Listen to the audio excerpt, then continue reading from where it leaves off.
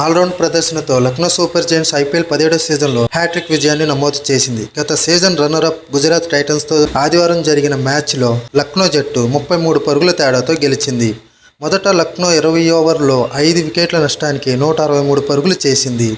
గుజరాత్ బౌలర్లు కట్టుదిట్టంగా బౌలింగ్ చేయడంతో లక్నో 18 పరుగులకే 2 కీలక వికెట్లు కోల్పోయి కష్టాల్లో పడింది.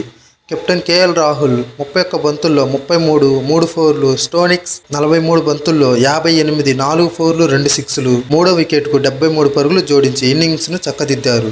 ఆఖర్లో నికోలస్ పూరన్ 22 బంతుల్లో 32, 3 సిక్స్లు, ఆయుష్ బదోని 11 బంతుల్లో 20, 3 ఫోర్లు ధాటిగా ఆడారు. అనంతరం సులువైన లక్ష్యమే ఎదురైన గుజరాత్ బ్యాటర్ల నిర్లక్ష్యం జట్టును ముంచింది. చివరకు గుజరాత్ 18.5 ఓవర్లో 130 పరుగులకే కుప్పకూలింది.